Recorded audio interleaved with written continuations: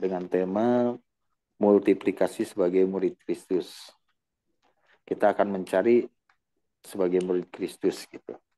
Nanti pelayanan musik akan dilakukan oleh Erik Yonatan. Kami persilakan. Yap. Shalom, puji Tuhan. Selamat malam semuanya. Pria-pria AMC yang dikasih Tuhan.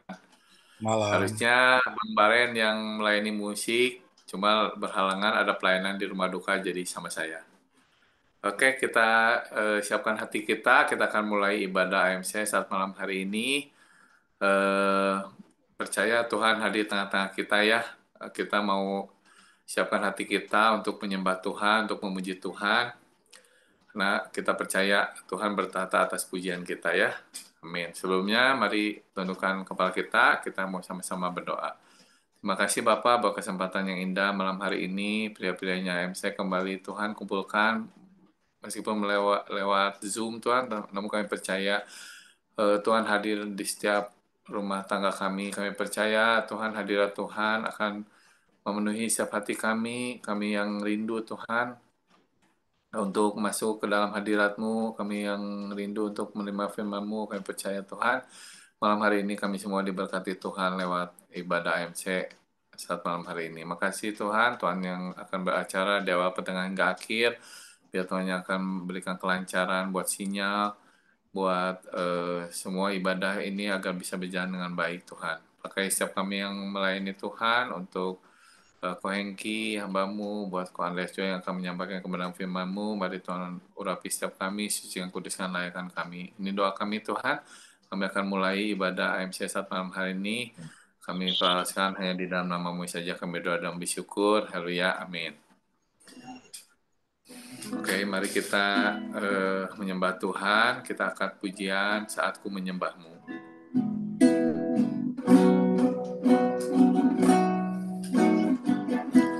Saat ku menyembah-Mu, Roh-Mu bekerja. Saat ku memuji-Mu, Kau berkata di atas pujian. Saat ku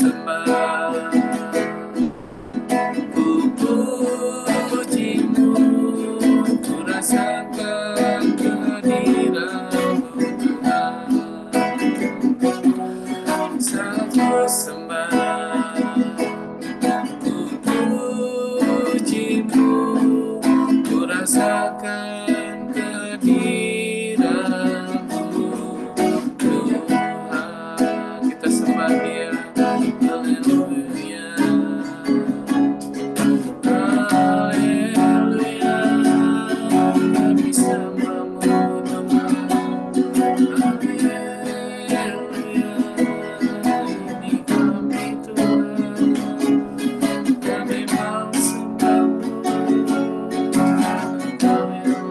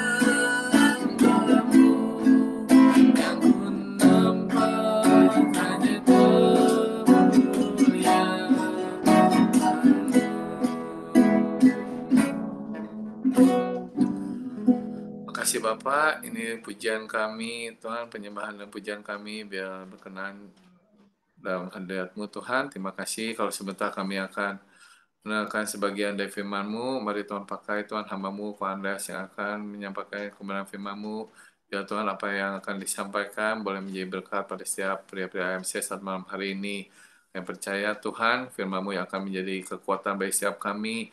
Firman-Mu akan tertanam pada setiap hati kami. Tuhan, boleh bertumbuh, boleh berbuah untuk hormat kemuliaan nama-Mu saja. Makasih Bapak, kami serahkan jalannya firman Tuhan dari awal pertengahan hingga akhirnya Tuhan. Terima kasih. Yang percaya Tuhan hadir tengah-tengah kami, akan melawat setiap kami, memberkati setiap kami. Makasih Tuhan, ini doa kami hanya di dalam nama-Mu saja. Kami sudah berdoa. Daripada AMC yang percaya, sama-sama katakan amin. Saya serahkan pada host, moderator. Ya, terima kasih buat Bro Erik ya yang telah melakukan pelayanan penyembahan lagu pujian. Barangkali di antara teman-teman ada yang akan bersaksi.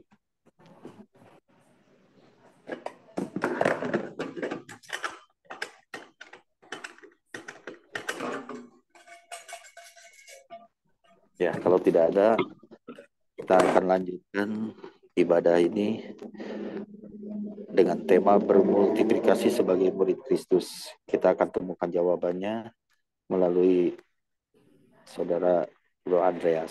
Silakan Bro Andreas.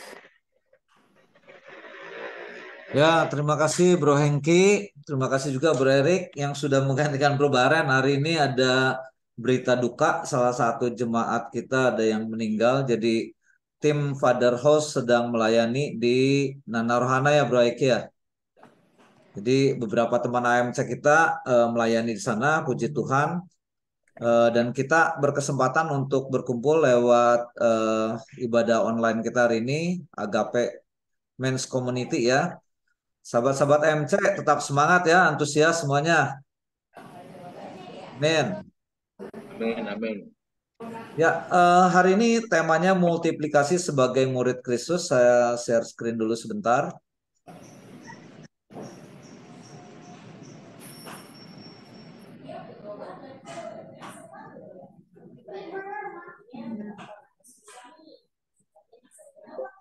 Ya, multiplikasi sebagai murid Kristus. Saya senang banget ini dengan tema multiplikasi sebagai murid Kristus. Jadi ini ada kaitannya dengan tugas pelayanan yang Bapak Gembala serahkan kepada saya buat Komsel. Oh ya, sebelumnya terima kasih Bro Haiki untuk kesempatan pelayanan hari ini. Jadi sekalian hari ini juga mau sharing supaya kita semua pada ikut Komsel ini. Mau nggak mau harus ikut Komsel. Saya mau absen dulu ah, siapa yang belum ikut Komsel? Boleh angkat tangan yang belum ikut Komsel. Kayaknya sudah ya, semua sudah ya. Sudah punya Komselnya masing-masing. Nah, jadi karena sudah, kita akan melanjutkan sharing saya. Multiplikasi sebagai murid Kristus. Saya coba compare kalau multiplikasi sebagai anak Tuhan, pasti itu kerasanya kurang detil gitu ya. Kalau nyebutnya sebagai anak Tuhan kan yang non Kristen juga bilang anak Tuhan juga mereka. Kalau ini sangat detil, murid Kristus. Nah, karena ini murid Kristus, ya otomatis kita harus jadi murid gitu ya. Mungkin seperti itu gambarannya. Mungkin yang pernah belajar biologi tahu ya bagaimana ada hewan yang bisa berkembang biak dengan cara membelah diri atau biasa disebut dengan fragmentasi. Ini disebut juga multiplikasi. Kenapa disebut seperti itu? Saya coba jelaskan sedikit ya, berbagi pengalaman tentang biologi ini. Konon katanya teori penciptaan makhluk hidup berasal dari satu sel, di mana sel itu kemudian berkembang, bermultiplikasi dan semakin banyak sehingga akhirnya terbentuklah kehidupan. Dan Alkitab mencatat sudah sangat jelas bumi ini dijadikan oleh firman Tuhan, bukan oleh karena pertumbuhan satu sel gitu ya. Teori biologi juga bicara tentang protozoa atau sel tunggal atau sel satu gitu ya, yang bisa membelah diri. Saya ambil contoh misalnya amuba, terus cacing pita. Cacing pita kalau kita perhatiin itu unik. Cacing itu kalau sudah dewasa, disebutnya dewasa, semua alat organ tubuhnya lengkap. Kemudian dalam fase tertentu dia kemudian tiba-tiba belah dua atau potong. Nah, kalau potong berarti dia sedang mereproduksi. Mungkin kalau kita pernah ngamatin bintang laut ya. Ya, bintang laut yang 5 itu ya, si Patrick tuh di SpongeBob ada ya. Nah, ini bintang laut juga unik. Buat dia bermultiplikasi, membelah diri itu ketika dia dengan kondisi tertentu, karena memang faktor lingkungan sangat berpengaruh terhadap reproduksi mereka. Kalau kondisinya terlampau ekstrim, mereka tidak bisa bereproduksi. Tapi dalam kondisi tertentu dengan suhu tertentu, tiba-tiba dari 5 tangannya itu akan patah, dan setelah patah kemudian akan membentuk lagi 5 jari lagi, dan terbentuklah bintang laut yang kita kenal itu ya. Bintang laut itu akan tumbuh dengan cara mematahkan tangannya, mematahkan jarinya, dan akan terbentuk yang identik. Jadi binatang yang identik persis sama dengan induknya.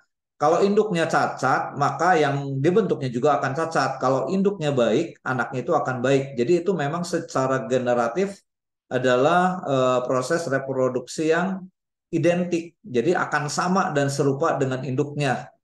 Nah, ini jadi sesuatu yang seru buat kita simak. Bagaimana pertumbuhan sel juga harus mengalami multiplikasi yang sama, serupa, dan identik dengan dasarnya. Makanya saya bilang bahwa multiplikasi sebagai murid Kristus ini luar biasa temanya. Karena Kristus menjadi guru kita, dan Kristus yang akan menjadi pengajar kita, yang mendidik kita supaya bisa tepat seperti serupa dengan Kristus. Seperti itu. Saya masih ingat mungkin Pak Gem cerita waktu di Raker ya, yang pada ikutan Raker tahu, mengambil kutipan kalau nggak salah Kejadian 1 ayat 28 gitu. Beranak cuculah dan bertambah banyak, kuasailah bumi gitu ya. Itu dalam konteks saya menangkapnya seperti ini. Jadi ketika Tuhan menciptakan manusia dan isinya, manusia diciptakan sesuai dengan kemuliaan Tuhan, dia segambar dan serupa dengan Allah, berarti dia identik dengan Allah, segambar dan serupa dengan Allah, dan manusia disuruh untuk bertambah banyak, dan dalam bahasa Inggrisnya be fruitful and multiply gitu ya. Kemarin udah jelasin sama Pak Gembala. Jadi dalam kondisi yang tanpa dosa, dalam kemuliaan Allah, Tuhan memerintahkan untuk bertambah banyak dan bermultiplikasi. Artinya apa? Dia ciptakan dalam kondisi yang terbaik, yang sempurna, tanpa dosa, akan menghasilkan generasi ilahi, akan menghasilkan anak-anak yang serupa dengan ciptaan Tuhan itu. Itu sebelum kejatuhan manusia. Itu jelas ya, di masa kekekalan manusia diperintahkan seperti itu. Jadi Tuhan menciptakan yang baik supaya beranak cucu sesuatu yang baik. Lahirlah generasi-generasi yang sungguh-sungguh ilahi, sesuai dengan identik dengan penciptanya, karena Tuhan ciptakan sempurna. Itu catatan pertama yang perlu kita tahu. Tapi setelah manusia jatuh dalam dosa, mereka bertambah banyak dan benih ilahi itu hilang, dan timbullah benih-benih kejahatan. Dan anak cucunya itu semakin lama semakin jahat. Nah, ini yang perlu kita simak bersama. Apa kemudian pesan Tuhan kemudian setelah Kejadian 1 ayat 28? Mari kita memperhatikan amanat agung sebelum Yesus naik surga ya, amanat agung. Matius 28 ayat 18 sampai 20 bagian A. Ini sangat identik dengan Kejadian 1 ayat 28 ketika manusia masih dalam kondisi utuh dan sempurna, kemuliaan Allah melingkupi mereka. Tuhan katakan beranak cuculah dan bertambah banyak. Tapi karena dosa, manusia semakin lama semakin jahat di mata Tuhan dan tidak ada lagi cara untuk menyelesaikan masalah ini, Tuhan kirimlah Yesus sebagai penggenapan janji Tuhan bahwa Dia mengasihi. Dan Yesus kemudian mati di atas kayu salib, kemudian Dia dibangkitkan. Dan sebelum Dia naik ke surga, inilah amanat agung yang sama identik dengan Kejadian 1 ayat 28, supaya manusia kembali kepada ciptaannya, supaya manusia kembali ke dalam kemuliaan Allah. Ini dia kalimatnya, ayat 18, Yesus mendekati mereka dan berkata, catat, kepadaku telah diberikan segala kuasa di sorga dan di bumi. Kalau Adam dikatakan berkuasalah atas bumi, Yesus mengatakan, kepadaku telah diberikan segala kuasa di sorga dan di bumi. Lewat pengorbanan Dia di atas kayu salib, lewat kemenangan Dia atas dosa dan atas maut, maka Allah menganugerahkan ini bahwa Dia memiliki kuasa di sorga dan di bumi. Ayat 19, karena itu pergilah, jadikanlah semua bangsa muridku, dan baptislah mereka dalam nama Bapa dan Anak dan Roh Kudus. Saya kasih warna merah, huruf merah muridku, jadikanlah semua bangsa muridku. Bangsa yang mana? Semua bangsa. Cuman Indonesia? Enggak. Cuman orang Amerika? Enggak. Orang Afrika? Enggak. Semua bangsa. Cuman orang Kristen? Enggak juga. Karena di sini enggak ditulis agamanya apa. Karena di sini jadikanlah semua bangsa muridku. Dan baptislah mereka dalam nama Bapa dan Anak dan Roh Kudus. Ini satu janji Tuhan, satu penggenapan yang kedua setelah di Kejadian 1 ayat 28. Mari kita jadikan semua bangsa ini murid Tuhan. Rencana pertama beranak cuculah, karena dalam kondisi yang mulia dan tanpa dosa. Dan sekarang setelah berdosa, Dia ingin semua bangsa menjadi murid Kristus, kembali kepada rencana Allah yang pertama, yaitu mereka hidup dalam kekudusan, mereka hidup di dalam kemuliaan Tuhan. Sangat jelas sehingga dikatakan baptislah mereka dalam nama Bapa dan Anak dan Roh Kudus. Dan ajarlah mereka melakukan segala sesuatu yang telah kuperintahkan kepadamu. Jadi esensi dari multiplikasi ini adalah mulai belajar menjadi murid dan memuridkan. Oke, jadi inti ceritanya hari ini adalah bagaimana kita bisa menjadi murid dan memuridkan. Ini next slide-nya. Kisah Para Rasul 5 ayat 12 dan 14. Dan oleh rasul-rasul diadakan banyak tanda dan mujizat. Di antara orang banyak, semua orang percaya selalu berkumpul di Serambi Salomo dalam persekutuan yang erat. Saya loncat ayat 13-nya. Dan makin lama makin bertambahlah jumlah orang yang percaya kepada Tuhan, baik laki-laki maupun perempuan. Saya stop share dulu.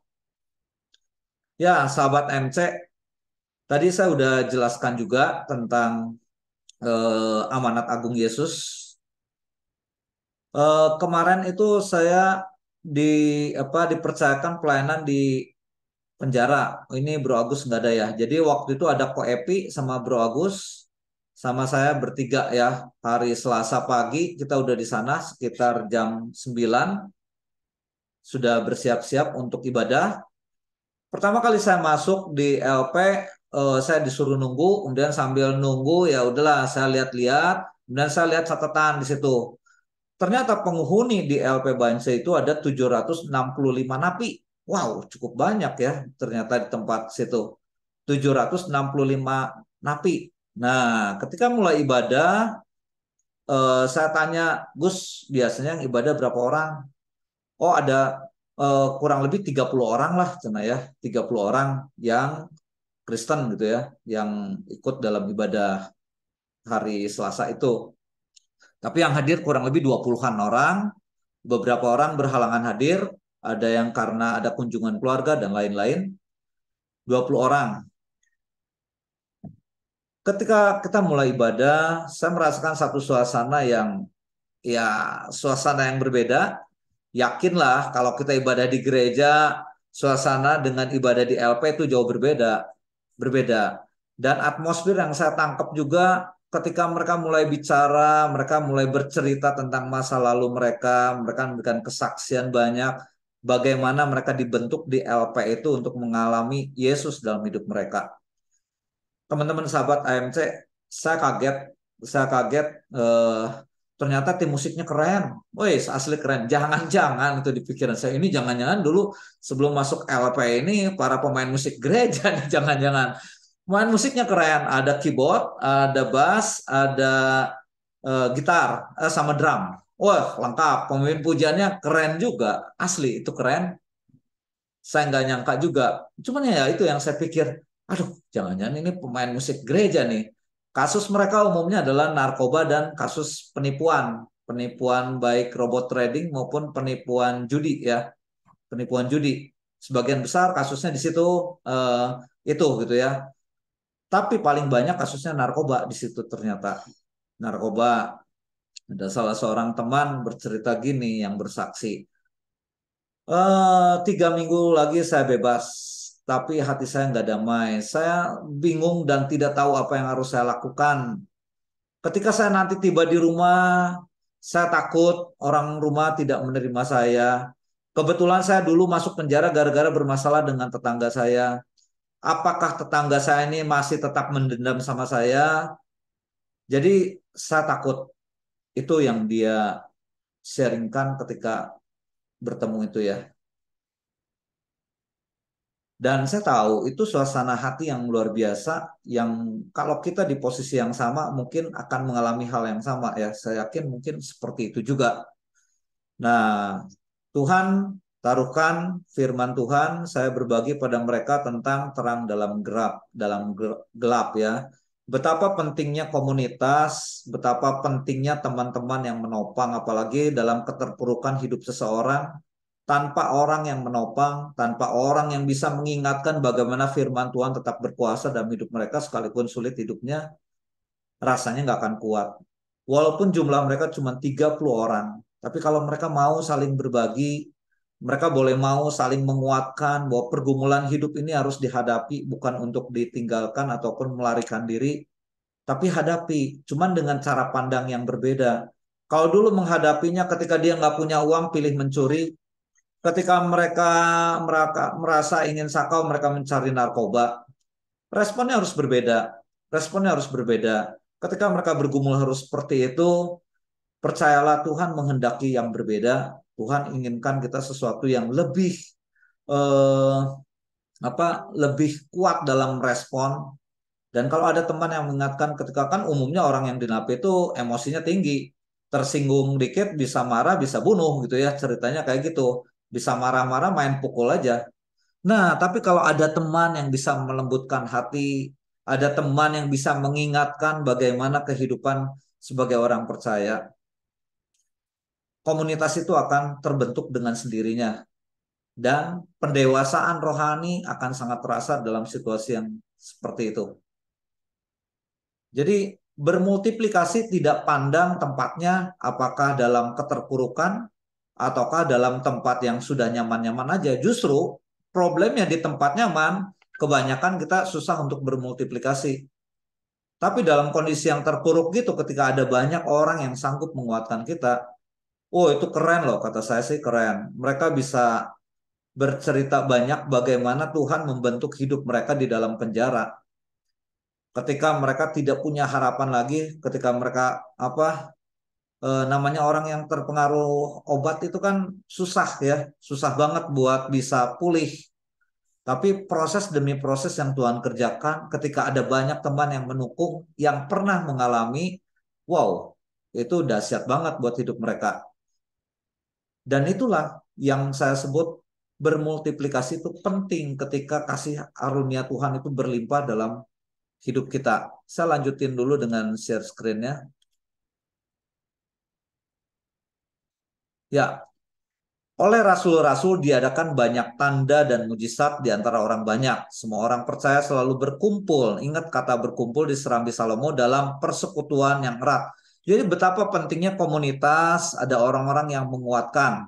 Ayat 14 kita lihat, dan makin lama makin bertambahlah jumlah orang yang percaya kepada Tuhan. Baik laki-laki maupun perempuan. Mungkin ada yang bilang, loh itu kan di zaman Kisah Para Rasul, waktu itu Roh Kudus baru pertama kali dicurahkan. Oh enggak, percaya saya punya saya berpendapat bahwa nggak cuman dulu Roh Kudus sudah dicurahkan. Bahkan ketika pertama kali dicurahkan kepada rasul-rasul, Roh Kudus terus bekerja di bumi ini, dan Roh Kudus juga bekerja di antara kita teman-teman AMC semuanya. Tinggal bagaimana kita merespon panggilan Tuhan, merespon setiap pekerjaan Roh Kudus dalam hidup kita lewat persekutuan yang erat tadi. Supaya persekutuan yang erat ini memberikan dampak buat orang-orang di sekeliling kita, supaya mereka pun tertarik dan mengalami Yesus dalam hidup mereka. Itu inti Kisah Para Rasul 5 ayat 12 dan 14. Saya lanjutkan. Jadi syarat untuk bisa bermultiplikasi sudah dewasa secara rohani. Tadi yang saya bilang bahwa ketika amuba itu bisa membelah diri, itu nggak bisa. Itu ada syarat tertentu. Ada syarat tertentu supaya dia bisa membelah diri, yaitu ketika organ tubuhnya lengkap. Baik sistem pencernaannya, sistem kan itu disebutnya hermaprodit ya, memiliki 2 sel kelamin. Seperti apa tadi bintang laut tadi ya. Dalam kondisi tertentu, dewasa secara rohani itu penting. Yang kedua, harus rindu menjadi murid Kristus. Banyak orang yang rajin ke gereja tapi tidak rindu menjadi murid Kristus. Senangnya menjadi penggemar, kata Bro Diki Maya, penggemar Kristus. Jadi tim soraknya Kristus doang. Jadi untuk bisa bermultiplikasi, berikan hati kita rindu untuk menjadi murid Kristus. Dan yang ketiga, lakukan amanat agung Yesus, yaitu memuridkan kembali. Itu nggak ada pilihan, harus lakukan dan kerjakan setiap hari. Jadi ciri dewasa rohani, kalau secara biologis, yaitu misal, kalau di Indonesia menetapkan angka 17 tahun. Anak yang sudah berumur 17 tahun, maka dia dianggap sudah dewasa secara biologis. Berbeda dengan rohani. Kalau rohani, patokannya adalah apakah kita sudah mengalami Tuhan secara pribadi. Saya sedikit share, saya sedikit cerita ya, mengalami Tuhan secara pribadi. Saya produk gereja GPPS Agape dari sejak saya sekolah minggu. Saya masih ingat guru-guru sekolah minggu. Semua ya, salah satunya Pak Gembala juga, Ibu Gembala juga guru sekolah minggu saya. Dari kecil tuh saya udah sekolah minggu, ikut tunas remaja, ikut remaja, sampai pemuda. Tapi sejujurnya saya nggak mengalami Tuhan dalam ibadah saya. Saya nggak mengalami Yesus secara pribadi. Pokoknya saya orang Kristen. Kalau waktu kecil mah kalau saya nggak ke gereja saya nggak dapat uang. Kan kasih uang kolektif plus uang jajan. Kalau nggak pergi nggak dapat uang jajan. Aduh sayang. Jadi ke gereja ya begitulah. Yang penting dapat uang aja lumayan gitu ya. Jadi kekristenan yang seperti itu baru kekristenan secara agamawi. Jadi penting banget orang dewasa rohani itu mengenal Yesus secara pribadi. Hari Minggu kita udah dapat tentang mengalami Yesus, saya nggak ulas lagi. Intinya lihatlah diri kita, apakah kita mengalami Yesus secara pribadi dengan kita. Kalau iya, berarti kita sedang dewasa rohani. Sampai nanti kan ada buah roh, nggak akan kita bahas karena akan dibahas minggu depan secara onsite oleh hambanya. Mengalami Yesus ini menjadi satu pengalaman yang penting untuk kita melangkah lebih lanjut. Itu ada sesuatu yang sangat besar terjadi dalam hidup kita. Saya secara pribadi sangat amazing mengalami Yesus karena itu pertama kali perjumpaan dengan Yesus, sehingga orang sebut mungkin itulah cinta mula-mula saya dengan Yesus. Istilahnya mau disuruh kemanapun akan saya kerjakan, mau apapun pasti saya kerjakan. Mengalami Tuhan secara pribadi, dewasa rohani. Jadi ayo kita dewasa secara rohani. Ada sih kriteria lainnya. Oh kalau saya udah mengikut Tuhan, udah percaya Tuhan 20 tahun, belum tentu kayaknya ya.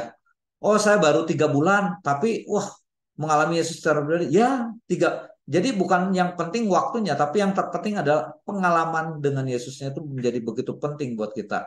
Supaya kedewasaan itu muncul. Kalau orang sudah dewasa, pasti dia berbuah. Kalau orang sudah dewasa, pasti dia ingin melakukan hal yang lebih besar lagi. Orang yang sudah dewasa pasti mau menerima tanggung jawab sebagai murid Kristus dengan tujuan untuk estafet pemuridan. Jadi teman-teman AMC, sahabat-sahabat AMC kaum pria, Mari terima tanggung jawab kita sebagai murid Kristus. Karena inilah yang Tuhan percayakan. Guru kita udah ngajar kita demikian rupa bertahun-tahun. Mungkin kita udah kadang-kadang disentilin sama Tuhan. Bikin PR, itu ujian kok masih jelek. Nah, mungkin udah seperti itu. Tapi kita harus terus merespon dengan baik. Dan saya yakin ada patokan untuk kita mengalami. Dan ada patokan supaya kita sudah menjadi dewasa. Terus berbuah dan terus berdampak buat banyak orang.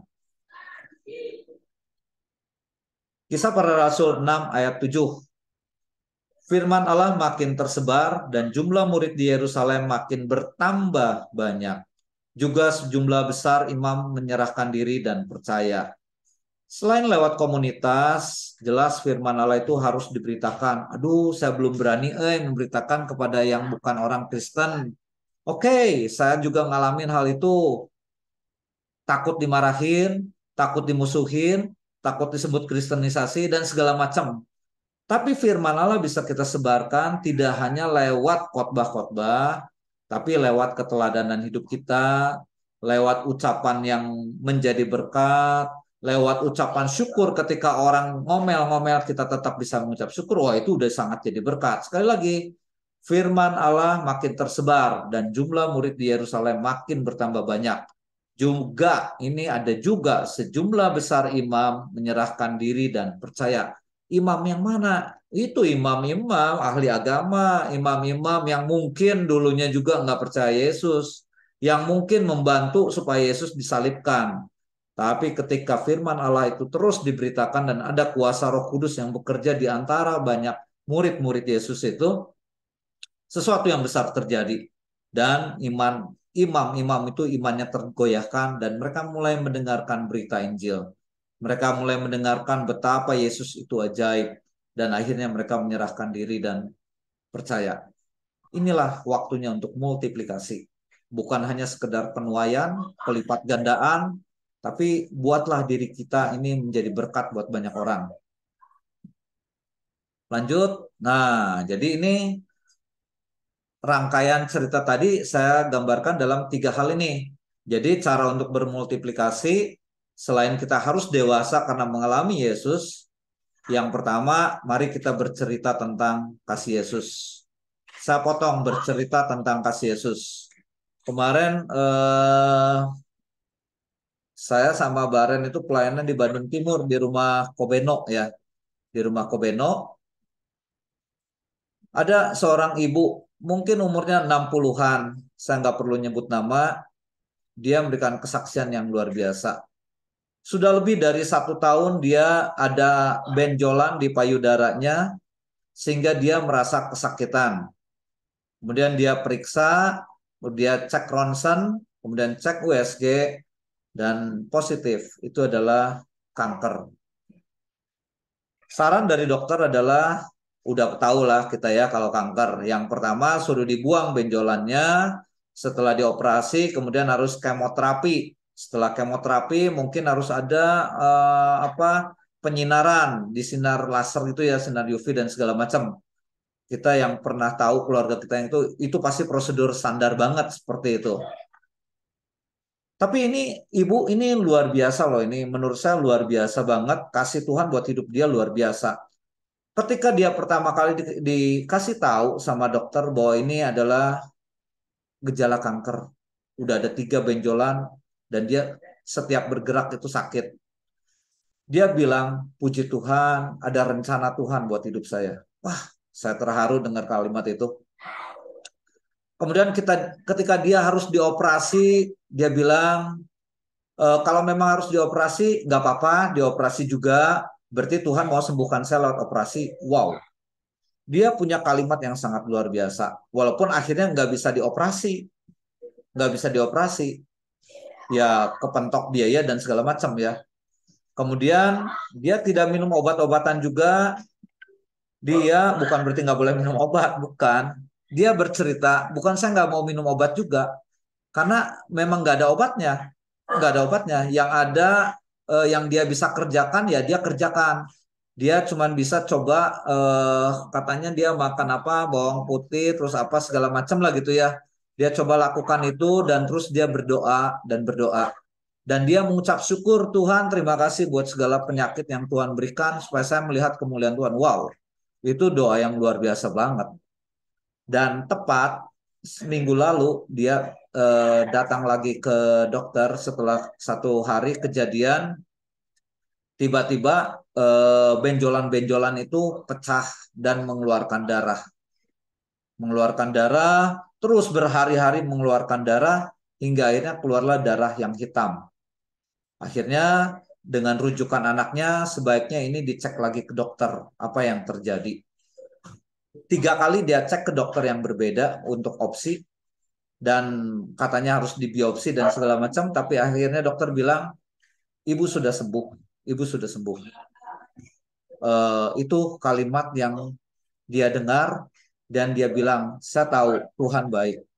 Wow, benar. Saya yakin itu satu pengalaman iman yang luar biasa.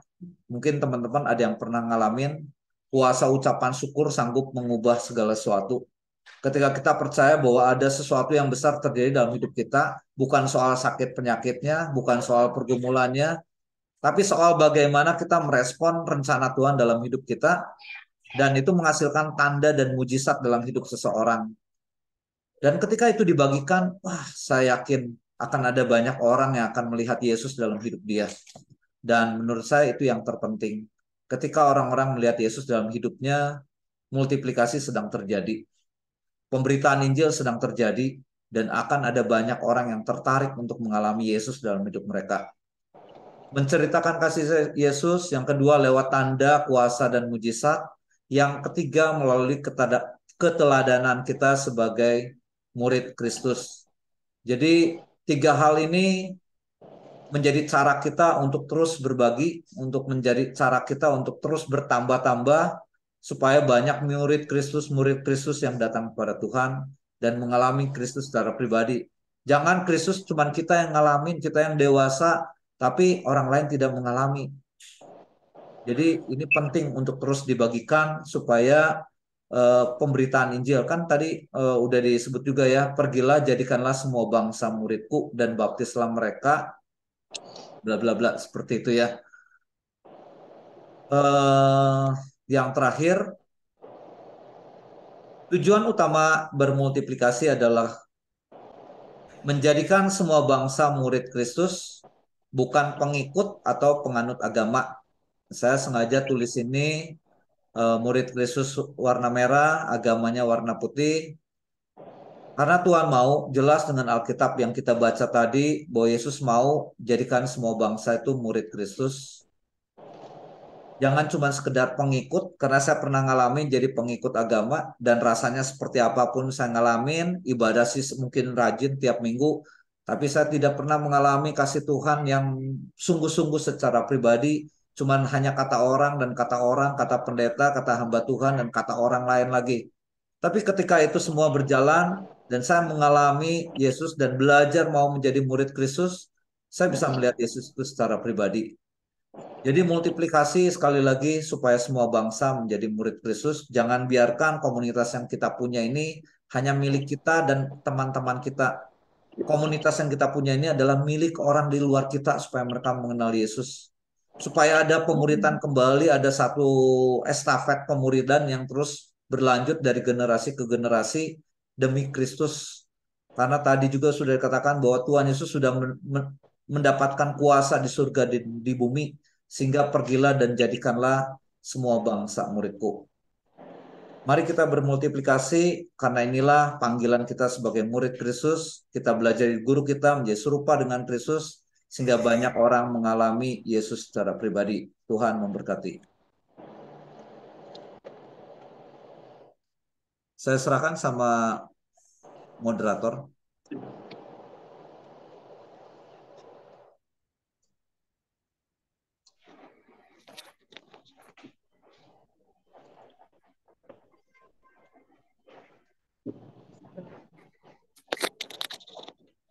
Ya, malam semuanya.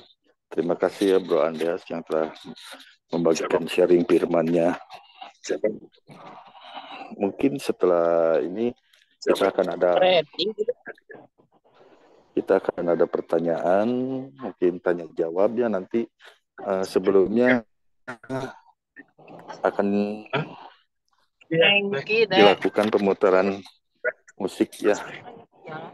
Silakan co-host untuk menyimak dulu. Itu rumah lagu. Dede bukan?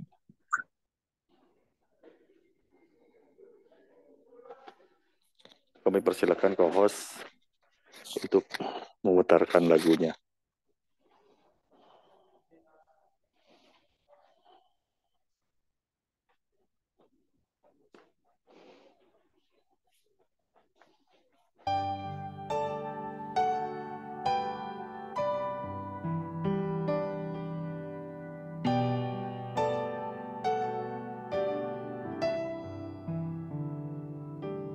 Ku perlu Engkau Yesus, haus jiwaku menantikanmu. Ku percaya Kau penuh pengharapanku di dalam-Mu. Yesus, hanya Kau yang ku andalkan, melebihi siapapun juga. Yesus, hanya Kau yang ku percaya di setiap waktu.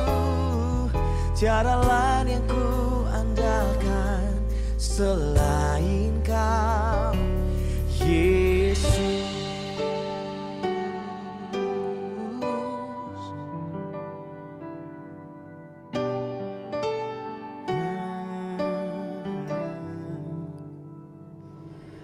Ku perlu Engkau Yesus, haus jiwaku menantikanmu.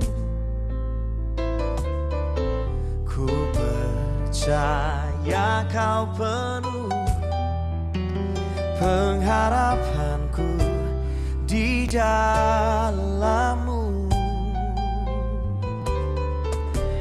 Yesus, hanya Kau yang ku andalkan, melebihi siapapun juga.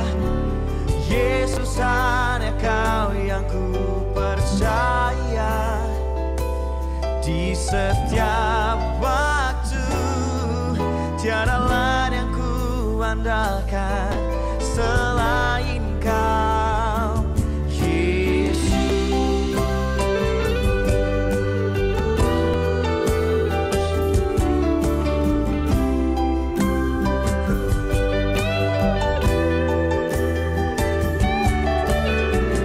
Hikmat-Mu lebihi pikiranku, jalan-Mu di atas segala jalanku. Tinggi dan dalamnya kasih-Mu, hanya Kau Yesus yang ku andalkan. Hikmat-Mu lebihi pikiranku, jalan-Mu di atas segala jalanku. Tinggi dan dalamnya kasih-Mu, hanya Kau Yesus yang ku andalkan. Yesus, hanya Kau yang ku andalkan, melebihi siapapun juga. Yesus, hanya Kau yang ku percaya di setiap waktu. Tiada lain yang ku andalkan selain Kau. Hikmat-Mu lebihi pikiranku, jalan-Mu lebihi segala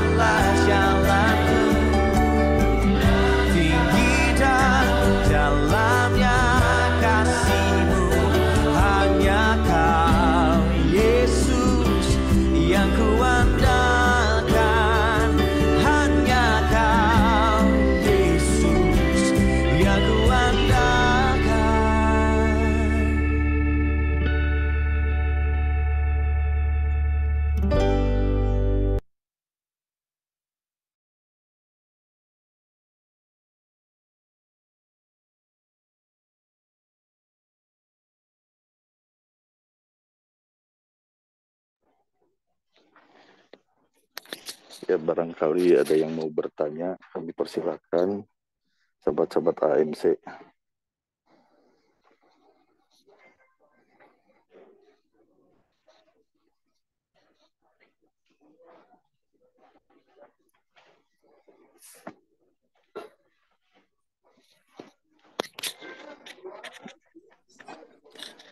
Ada yang akan bertanya? Ya, saya salam. Shalom Pak Irwan, silakan Pak Irwan. Saya mau sedikit bertanya ya ke Pak Andreas nih. Di situ ada disebutkan bahwa cara bermultiplikasi ya, bermultiplikasi itu ada 3 poin. Cuman saya ingin lebih jelas ya di sini tentang apa sih yang menceritakan tentang kasih Yesus itu gitu. Menceritakan kasih Yesus, lalu yang kedua dan ketiga itu yang kedua lewat tanda dan kuasa atau mujizat, lalu 3 melalui keteladanan sebagai murid Kristus. Nah, saya ingin minta penjabaran sedikit aja lebih jelas. Apa sih yang dimaksud dengan menceritakan kasih Yesus itu? Apakah menceritakan kasih Yesus itu apa yang diperbuat oleh Yesus atau apa yang sudah kita alami di dalam Kristus gitu? Pak Irwan, makasih Pak Irwan buat pertanyaannya. Ya. Mungkin di teman-teman yang lain juga bisa menguatkan ya, memberikan penjelasan yang lebih lengkap. Jadi menceritakan kasih Yesus yang pasti Tuhan Yesus sudah berbuat baik dalam setiap hidup kita dan kita pasti punya pengalaman, makanya mengalami Yesus secara pribadi. Nah, ketika kita mengalami Yesus secara pribadi, otomatis kita ingin menceritakan pengalaman itu betapa Yesus itu baik. Entah itu kalau tadi lewat tanda dan mujizat, misal tadi ada ibu yang sakit kanker, secara teori itu kanker nggak bisa sembuh sih, tapi kok mujizat bisa terjadi? Atau mungkin saya bercerita dulu itu saya beragama 100% beragama, tulen agama Kristen, rajin ke gereja, rajin sekolah minggu, ikut remaja, ikut PA, tapi saya nggak mengalami Yesus dalam hidup saya. Saya cuma tahu Yesus itu kata orang aja.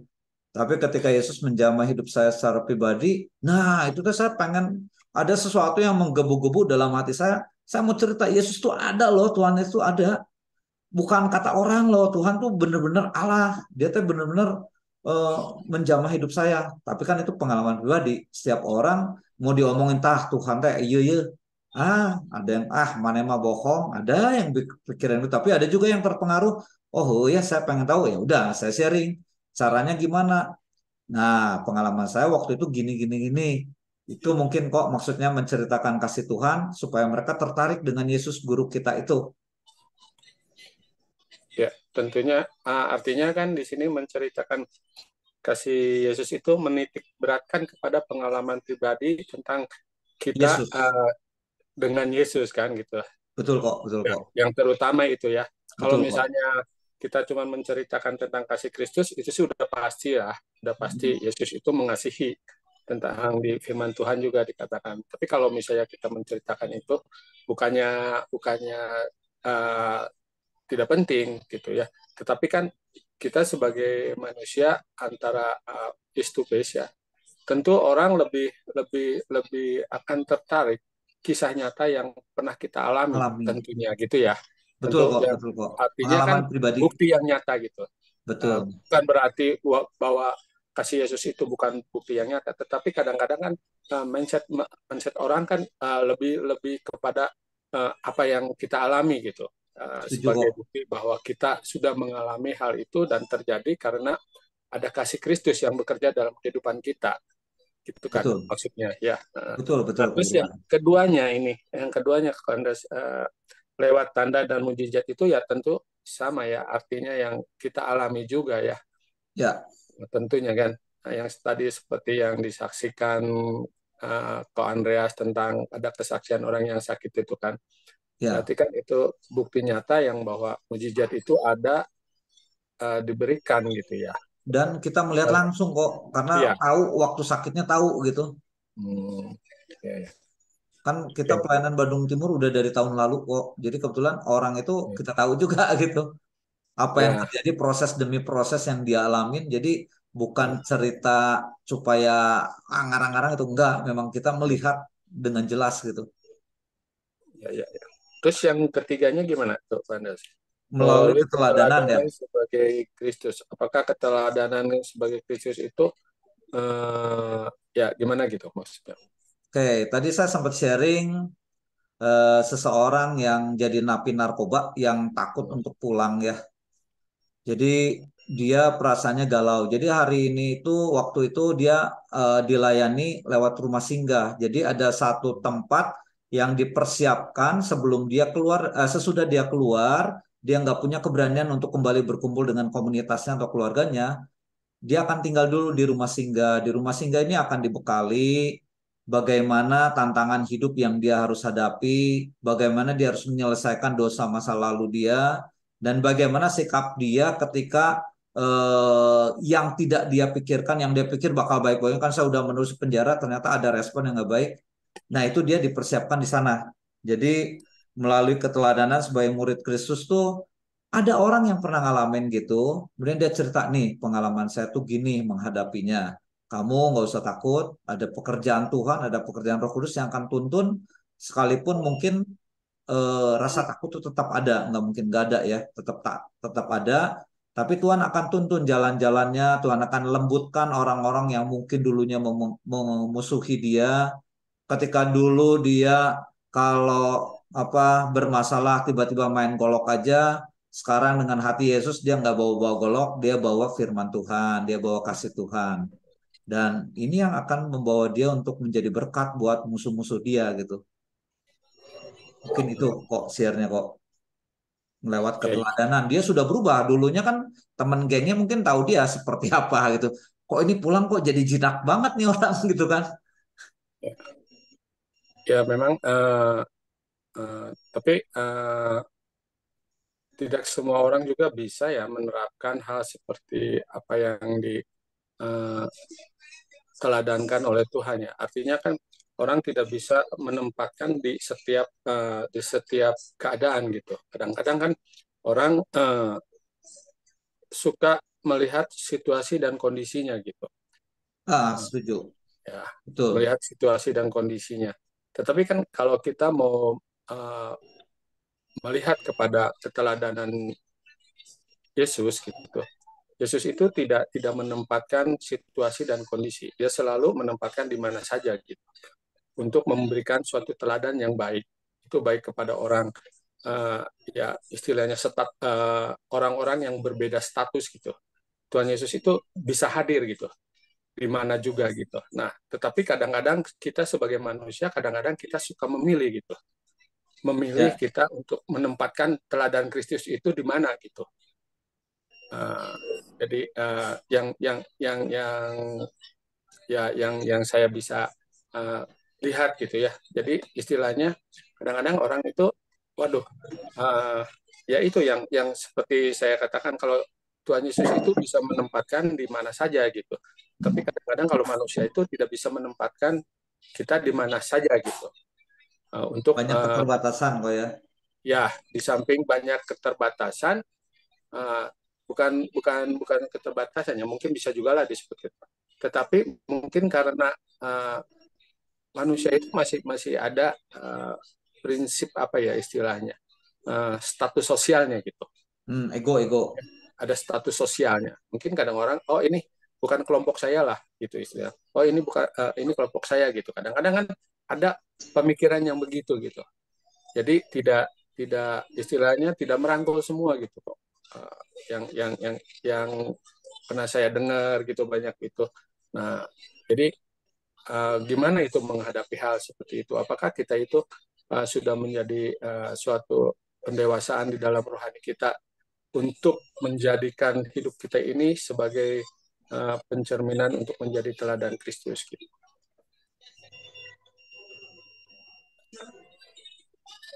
Mungkin proses ya kok ya, kan secara Ya. pribadi setiap orang tuh unik di hadapan Tuhan ya. Ada caranya masing-masing, nggak semua orang general dengan cara yang sama ya. Ya. Seperti itu. Tapi tetap balik lagi bagaimana kita merespon kasih Tuhan dalam hidup kita supaya kita mengalami kedewasaan rohani. Ketika kita mengalami Yesus dalam hidup kita diproses menjadi dewasa, dan kalau udah dewasa pasti berbuah, nggak bisa enggak. Kalau masih belum berbuah, ya berarti problem kedewasaan kitanya sedang bermasalah. Tapi kalau kita bisa berbuah, berarti kita terus mengupgrade hidup kita menjadi serupa dengan Kristus. Makanya Alkitab juga katakan dari buahnya lah kamu mengenalnya. Itu nggak ada pilihan lain sih. Dari buahnya lah akan dikenal. Kalau kita pun punya karakter yang buruk, dan semua orang juga punya, tapi kan diproses Tuhan untuk semakin lebih baik dan semakin baik sesuai rencana Tuhan dalam hidup kita. Cuman levelnya seperti apa, hanya Dia dan Tuhan yang tahu menurut saya sih. Ya. Ya tentunya untuk proses ke situ ya apa yang bisa menguatkan itu gitu. Istilahnya tuh supaya kita itu mampu gitu, dimampukan. Seperti misalnya pohon yang baik akan menghasilkan buah yang baik gitu ya. Tentu kita itu perlu sesuatu istilahnya amunisi atau istilahnya kekuatan apa yang harus kita dapat gitu untuk kita itu bisa tampil gitu sebagai orang-orang yang istilahnya dapat memberikan suatu teladan yang baik gitu. Pendekatannya harus bagaimana gitu. Apakah tentunya kekuatan kita itu, dasar kekuatan kita itu diperolehnya dari mana gitu, supaya kita itu mampu gitu, supaya kita itu kuat gitu. Soalnya kan pasti banyak tantangan yang kita hadapi gitu, Ko Andreas. Ya. Nah,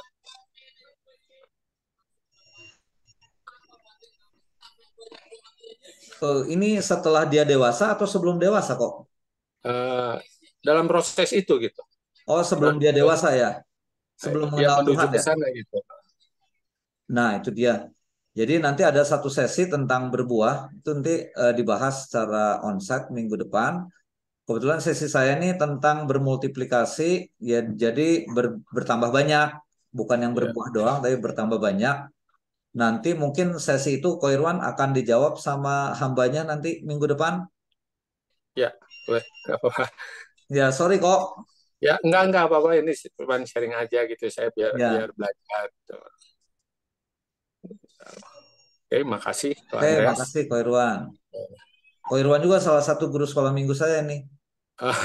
Luar biasa ini. Enggak. Saya sih nggak ada apa-apanya, Ko Andreas. Sama kok, kita sama-sama belajar, kan kita semua murid kok, nggak ada yang jadi guru. Murid Kristus supaya bisa memuridkan lagi. Ya. Ya, Bro Hengki, silakan bari nyetir. Baik, untuk demi kelancarannya ya nanti Pak Irwan akan diperjelas lagi di acara onsite ya. Itu kami mengundang Pak Irwan untuk bisa hadir di acara onsite minggu depan nanti. Waktu dan selanjutnya kami perserahkan kepada Bro Haiki untuk mendengarkan pengumuman. Ini ada satu pertanyaan lagi, Bro. Siap. Wah, rupanya menarik ini. Boleh dibacain, Bro? Saya bacain ya. Ya, Bro. Saya mau bertanya, sebagai orang percaya kita mau bermultiplikasi. Bagaimana dengan kualitas kehidupan orang Kristen yang menurun ketika bermultiplikasi? Bagaimana kualitas iman kita sendiri makin bertambah ketika bermultiplikasi? Apalagi dengan komunitas yang lebih besar, maka akan ada lebih banyak faktor yang bisa menggoyahkan. Oke, Bro, saya langsung jawab ya, Bro ya. Bro Ino, makasih nih buat pertanyaannya, bagus banget karena ini berkaitan dengan Komsel nih, No. Jadi memang Komsel itu sebaiknya nggak besar, kalau bisa sih di bawah 15 orang. Pertama, kalau semakin besar, perhatian kita, konsentrasi kita buat memuridkan itu makin sulit. Sama aja kalau gurunya 1, muridnya 100, liar guruna pasti. Nah, jadi memang sebaiknya Komsel itu adalah komunitas kecil supaya karena intensitas kualitas yang akan kita kejar menjadi murid yang semakin militan dan militan. Jadi yang pertama dulu komunitasnya kalau bisa jangan gede-gede banget. Memang makin banyak orang mah makin banyak masalah di mana-mana juga. Apa loba kahayang gitunya, ya itu wajar. Tapi karena kita sedang belajar, Yesus saja muridnya cuma 12 kan, nggak pilih 1000 ya.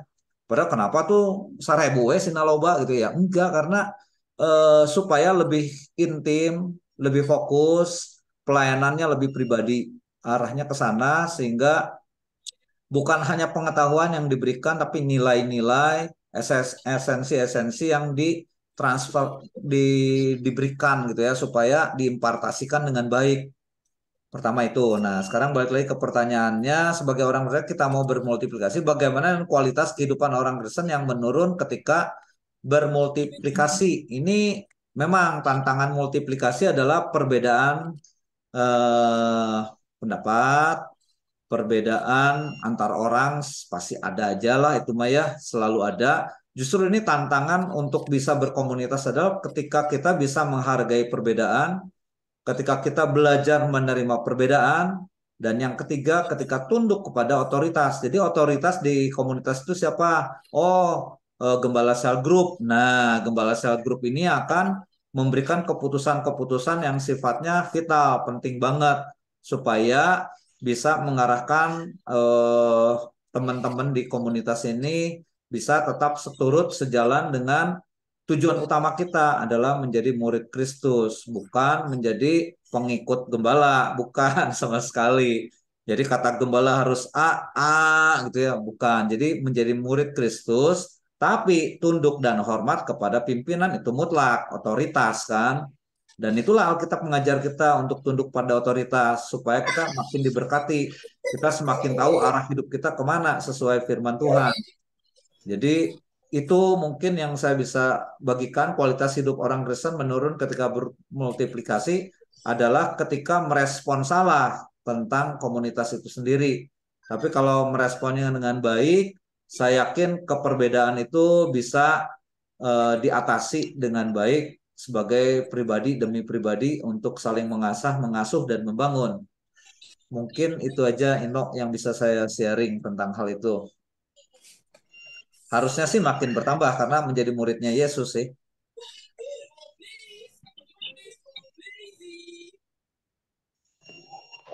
Mudah-mudahan itu bisa menjawab, No. Nanti kita ketemu di Komsel Kolose 1 ya. Sip, makasih. Ya, Bro Engki. Terima kasih Bro Andreas atas penjelasannya ya, pencerahannya. Waktu dan tempat selanjutnya saya serahkan kepada Bro Haiki untuk mendengarkan pengumuman. Nggak ada lagi yang mau bertanya? Ada lagi nggak? Mumpung ada hambanya yang multiple talent yang bisa menjawab tentang seputar Komsel. Oke, nggak ada ya? Oh, nggak ada. Terima kasih buat Bro Hengki yang luar biasa, sahabat saya ini walaupun dalam tugasnya tapi tetap melakukan pelayanannya di AMC ini. Buat Bro Erik Jonathan juga thank you Bro Erik ya, dan gantian Bro Baren yang sedang berada dalam rumah duka.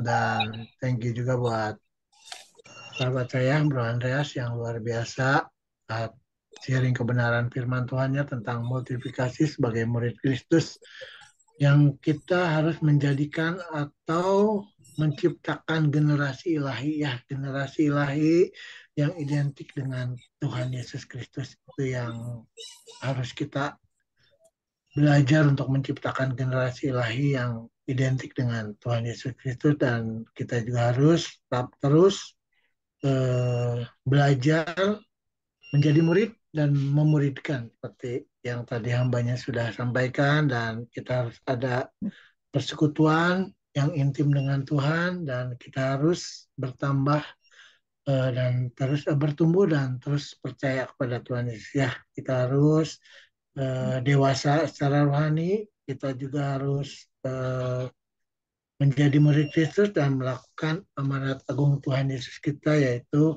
menjadikan semua bangsa menjadi murid Kristus. Kita akan sama-sama belajar dan kita sudah dibekali malam hari ini ya, kita belajar praktek untuk kita belajar melakukan amanat agung kita, yaitu menjadikan semua bangsa murid Kristus. Amin. Terima kasih sekali lagi Bro Andreas.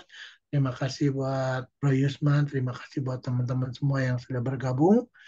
Terima kasih buat yang dari luar kota juga terima kasih ya sudah bergabung. Minggu depan kita akan ada pengumuman, bisa ditayangkan bro? Enggak Ada ada bro. Paling dapat doa sama Oke, itu doang. oke, Sebentar. ya oke siap bro. Eh, Pengumuman AMC tiap hari ada doa pagi dari jam 5 sampai jam 6 pagi di link Zoom yang sama seperti malam hari ini. Saya juga mengundang sahabat-sahabat AMC untuk bisa bergabung dalam doa pagi ya tiap hari dari Senin sampai Sabtu. Dan ibadah raya kita dibagi 3 bagian yaitu jam 6 pagi, jam 7.45 dan jam 4 sore. Oke, ada thank you bro. Iya, ini doa paginya via Zoom jam 5 sampai jam 6, ibadah rayanya jam 6 sampai jam 7.15, jam 7.45 sampai jam 9, dan jam 4 sore sampai jam 5.15. Selanjutnya, oke, eh, buat persembahan kolektornya boleh melalui rekening persembahan AMC, nomor rekening 676 517 5503 Bank BCA atas nama Bapak Mulyawan Setia Utama. Dan minggu depan kita akan onsite ya di gereja. Saya mengundang juga sahabat-sahabat AMC, teman-teman AMC yang bisa datang untuk lebih lagi dibekali tentang multiplikasi ini ya yang akan dibawakan oleh Pastor Darmawan dengan tema Berbuah. apa ya bro temanya yang kemarin Berbuah bro. berbuah ya. Mm-mm. Oke. Berbuah tanda orang percaya ya bro ya. Ada orang percaya. Oke, betul. Sip, thank you bro. Saya juga mengundang untuk bisa sahabat AMC bisa hadir jam 7 malam di gereja ya di GPPS Agape Jalan Pagarsi nomor 136. Mungkin itu aja yang saya bagikan pengumumannya dan untuk pencerahan ada Pak Gem Daniel bisa atau lagi OTW ya? Pak Daniel, Ya, ya. silahkan. Oke, Oke, oke. Ya, ya, thank you shalom Pak. sahabat-sahabat MC. Maaf, saya lagi balapan sama Branky. Branky nggak tahu setir di mana, saya nyetir di mana. Ya, tapi luar biasa, Bro Andreas. Sungguh, ya, sangat diberkati. Ada banyak pencerahan-pencerahan yang kita dapatkan malam hari ini. Memang perlu sekali dengan waktu yang masih Tuhan percayakan bagi setiap kita. Multiplikasi adalah sesuatu yang sangat urgensi sekali untuk kita. Tentunya bukan hanya sebagai jumlah, tapi kualitas rohani kita yang tadi dikatakan Bro Andreas, itu kedewasaan. Kedewasaan bukan diukur dari usia, tidak diukur oleh kita sudah berkumis, maaf yang berkumis, ya. Tapi seberapa banyak kita mengambil sebuah tanggung jawab ya dalam kehidupan ini. Ya, saya percaya kehidupan merupakan satu kesempatan untuk kita mengerjakan apa yang menjadi kehendak rencana Tuhan bagi setiap kita. Ada panggilan Tuhan dan tentunya saudara para pria-pria AMC adalah orang-orang pilihan Tuhan. Dan setiap kita orang-orang pilihan Tuhan punya tanggung jawab untuk kita hidup ini dapat berbuah. Berbuah tetap, berbuah banyak, berbuah lebat. Tentunya ini berbicara multiplikasi. Saya percaya ya AMC ke depan terus bermultiplikasi dan Komsel bermultiplikasi, jemaat Tuhan bermultiplikasi. Wow, luar biasa. Saya percaya ya bukan hanya sekedar jumlah saya katakan, tapi kualitas kedewasaan dalam kehidupan rohani kita semakin bertumbuh, semakin berbuah hanya untuk kemuliaan Tuhan. Terima kasih, Tuhan berkati. Terima kasih, Bro Andreas. Tuhan berkati. Sama-sama pegang, Tuhan berkati. Iya, siap. Nah, saya kembalikan kepada Braiki, maaf, saya lagi di jalan, saya nggak bisa lihat satu persatu yang hadir. Ya, Tuhan berkati semua. Selamat bernotifikasi. Oke, thank you Pak Gem Daniel buat Ya, saya off cam lagi ya. Saya off cam lagi ya. Ya, silakan Pak. Oke, thank you Pak Gem buat pencerahannya. Hati-hati jalan. Tuhan selalu menyertai kehidupan Pak Gem. Thank you semuanya, dan untuk doa berkat saya serahkan kepada Bapak Jimmy. Bisa Pak Jim buat doa berkat malam hari ini. Terima kasih Pak. Tuhan Yesus memberkati. Mohon maaf, masih tetap tidak dinyalakan ya, masih Ya, masalah pinggang. Oke. Thank you Pak Jim. Ya, mari kita berdoa. Bapak, terima kasih untuk malam hari ini Tuhan.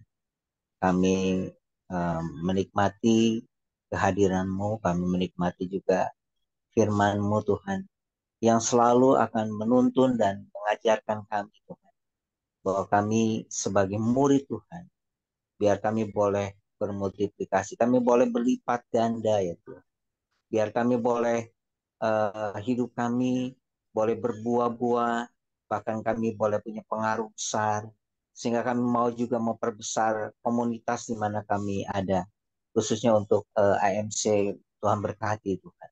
Terima kasih untuk Pak Andreas yang sudah Tuhan pakai untuk malam hari ini. Tuhan urapi, Tuhan pakai lebih lagi, sehingga boleh menjadi inspirasi, boleh menjadi berkat bagi kami dan bagi orang-orang yang lain.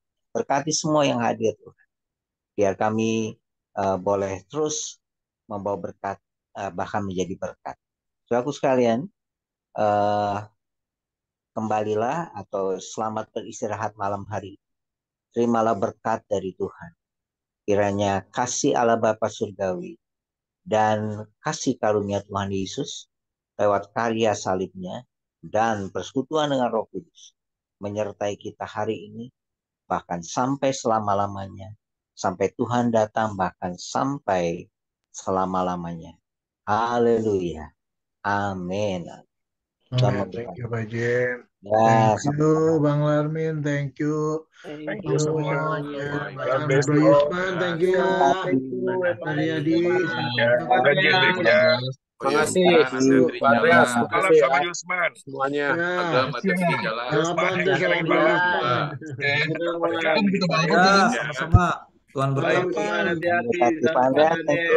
Sama-sama. Pak Jim, thank you Pak Jim. Pak Jimmy, sehat selalu Pak Jimmy.